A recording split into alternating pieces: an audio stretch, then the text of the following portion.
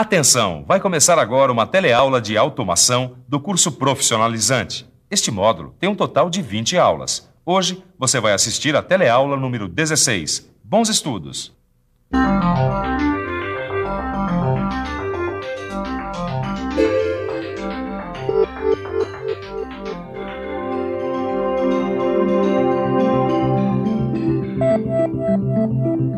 Você deve estar pensando que isso é uma mensagem secreta. Mas não é nada disso. Isso é só uma parte de um programa de uma máquina automatizada. Mas não precisa entrar em pânico. Para saber automação, você não precisa saber de cor todas essas letras e números. Quem precisa saber o que significam essas letras e números são os programadores e as máquinas CNC. Agora, o que você precisa saber é como essas máquinas funcionam. Ou melhor, como as máquinas CNC transformam esses códigos em comandos que fazem as máquinas se movimentarem executando uma peça. E é esse o assunto da nossa teleaula de hoje. Você vai ver como os tornos evoluíram e vai ver ainda como as máquinas CNC funcionam.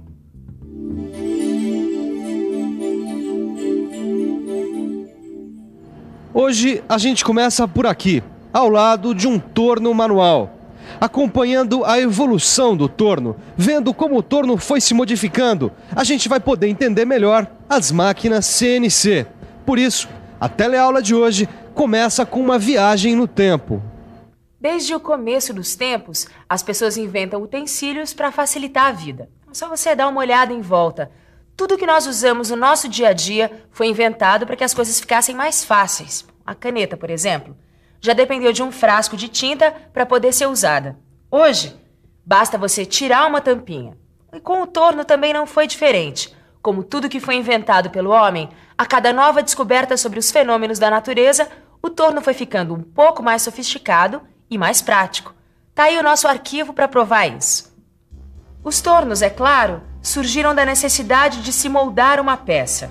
Os primeiros eram totalmente rudimentares. Aí, com o tempo e as novas descobertas, foi criado o torno mecânico, mas ainda manual. Depois, os tornos automáticos, com controle mecânico, e depois ainda, os tornos computadorizados. E hoje já existem até células de torneamento, que na verdade são mini fábricas de peças torneadas. Controlar esse torno manual não é nada fácil. Afinal, ele depende totalmente do cérebro e do corpo do homem. De acordo com o material usinado, o torneiro seleciona todo o processo. Desde a rotação da placa, o avanço e até a quantidade de material que deve ser removido. Aqui tudo depende dos olhos do operador. Através deles, o cérebro recebe informações que vão permitir que ele controle tantas operações. Só que o torno manual tem outras limitações, além de sua dependência dos olhos do operador. O trabalho mecânico, por exemplo.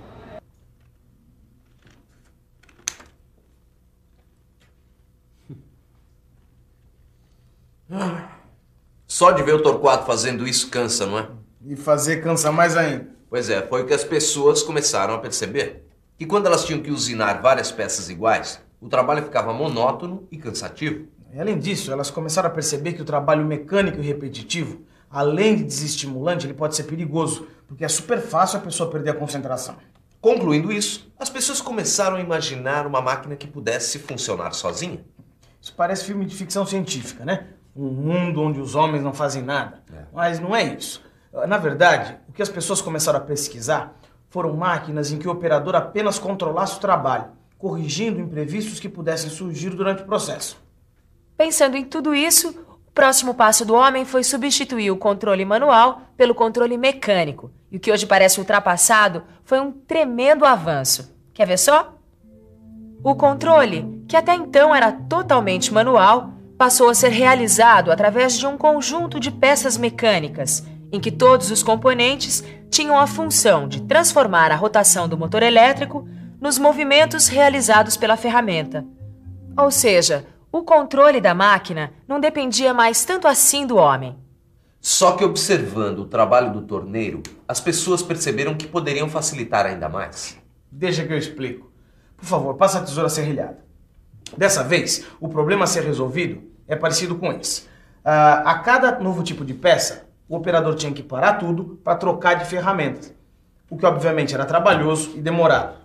Apesar de automática, a máquina exigia paradas para adaptação a cada novo serviço. Essas máquinas começaram a ser chamadas de máquinas rígidas, porque elas não se adaptavam às mudanças de serviço. Então as pesquisas começaram a caminhar em busca de uma máquina flexível, capaz de se adaptar facilmente a uma mudança no tipo de peça que ia ser produzida.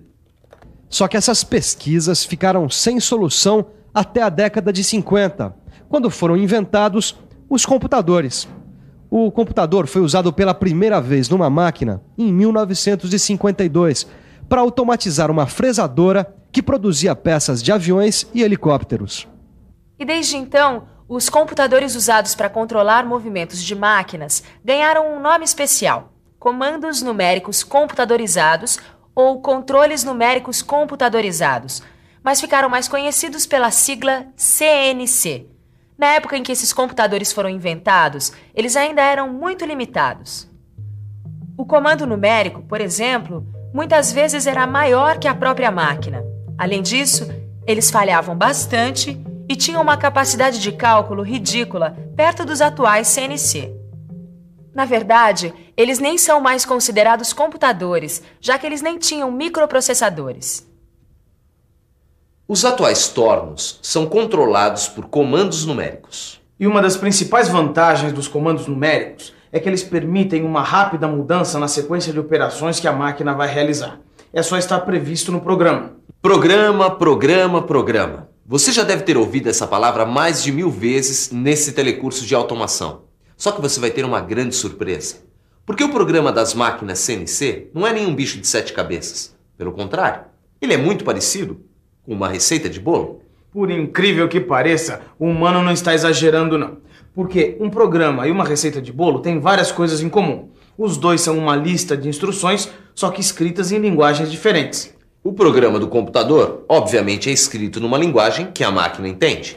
Então, assim como o cozinheiro que segue a receita do bolo, a máquina obedece às instruções desse programa. Só que agora você deve estar pensando: só que o que está escrito numa receita de bolo eu entendo. Agora esses números, por que esses números e por que números? Calma que você já vai entender. É só pensar um pouco. Vamos pensar um pouco. Um comando numérico, como você já viu, é um computador construído para controlar movimentos de máquinas. E os computadores, como você também já sabe, são máquinas elétricas. Portanto, essas máquinas só são capazes de distinguir duas situações ou estados: se existe ou não um valor de tensão elétrica. Isto é, se tem tensão, podemos indicar esse estado com o número 1. E se não tem tensão, usamos o número 0. 0 e 1. Com apenas esses dois números, nós podemos controlar as máquinas através de diferentes combinações. Agora imagine como seria escrever um programa usando apenas zeros e uns. Uma sequência interminável desses números. Meio complicado, não é? Por isso mesmo, as máquinas CNC usam uma linguagem de programação que combina letras e números. Além de possibilitar um número mais variado de combinações, essa linguagem, na verdade, são códigos que misturam a linguagem da máquina com a linguagem do ser humano.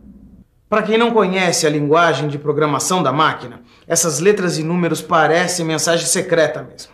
Só que as máquinas conhecem muito bem. E digo mais, elas não só entendem, como obedecem a essas instruções.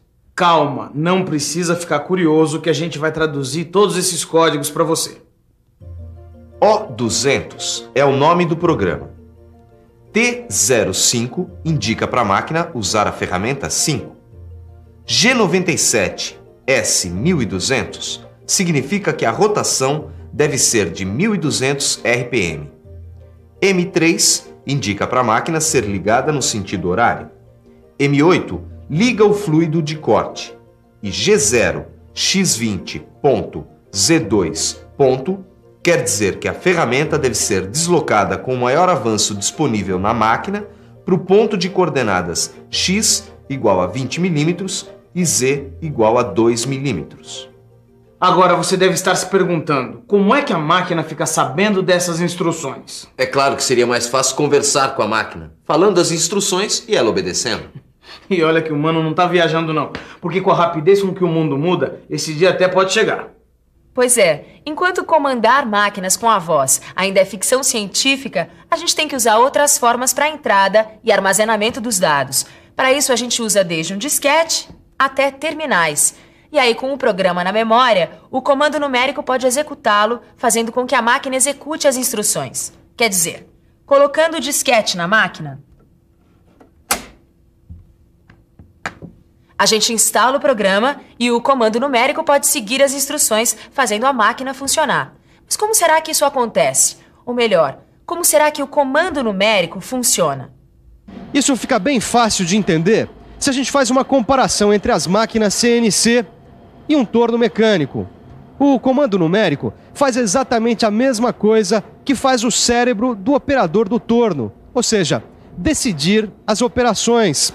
O anel graduado pode ser comparado com os sensores e os braços e mãos do operador, mas o manípulo da máquina pode ser comparado com os servomotores. Quer dizer, fazendo todas estas trocas e agrupando os novos componentes, temos uma malha de controle numérico. Um controle numérico, como você viu, tem a função de controlar movimentos. E apesar de parecerem muitos, todos esses movimentos podem ser classificados em movimentos de rotação e de translação. E cada um desses movimentos corresponde a um eixo da máquina. Dá só uma olhada nessa mandriladora. Tá vendo? Os eixos X, Y e Z correspondem aos movimentos longitudinal, vertical e transversal. Só que, apesar dessa máquina fazer tantos movimentos, às vezes, por causa do tipo de hardware e de software que ela usa, ela só é capaz de fazer 2 movimentos ao mesmo tempo. E é por isso que, nesse caso, a gente diz que, embora a máquina possua 3 eixos, ela é, na realidade, uma máquina de 2 eixos. Todo esse raciocínio é para você entender o que a gente quer dizer quando fala em eixo. Que pode ser o número de movimentos que a máquina tem, ou, dependendo do caso, a quantidade de movimentos que ela pode realizar ao mesmo tempo.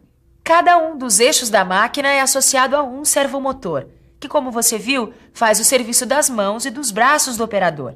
Só que nas máquinas CNC, como você também já viu, a velocidade e a aceleração são controladas pelo comando numérico.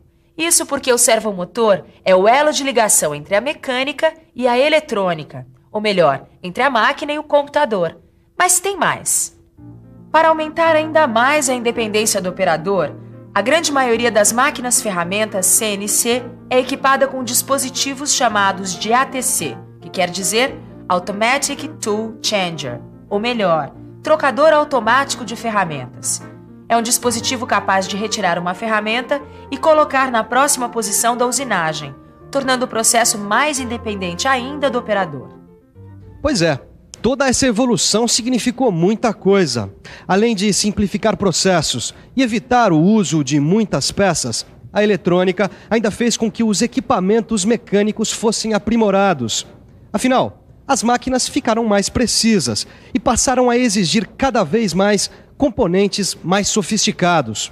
Outra coisa importante, você percebeu que as máquinas CNC não são usadas somente em tornos, mas também nas indústrias têxteis, alimentícias, de calçados, enfim, em todas as máquinas que podem ter o seu posicionamento, a sua velocidade e a sua aceleração controladas. Por isso, fique ligado, porque as máquinas CNC estão presentes em tudo que é indústria. E se você não quiser ficar para trás, o jeito é acompanhar a nossa revisão. E atenção, se liga aí que é hora da revisão. Na teleaula de hoje, você viu que as células de torneamento são mini fábricas de peças torneadas. Viu que apesar da evolução da automação, ainda é necessário desenvolver programas para controle. Viu que no controle manual de um torno mecânico existe a interferência do operador. E viu ainda que os comandos numéricos computadorizados têm a função de controlar os movimentos das máquinas. Agora é com você. Bons estudos e até a próxima.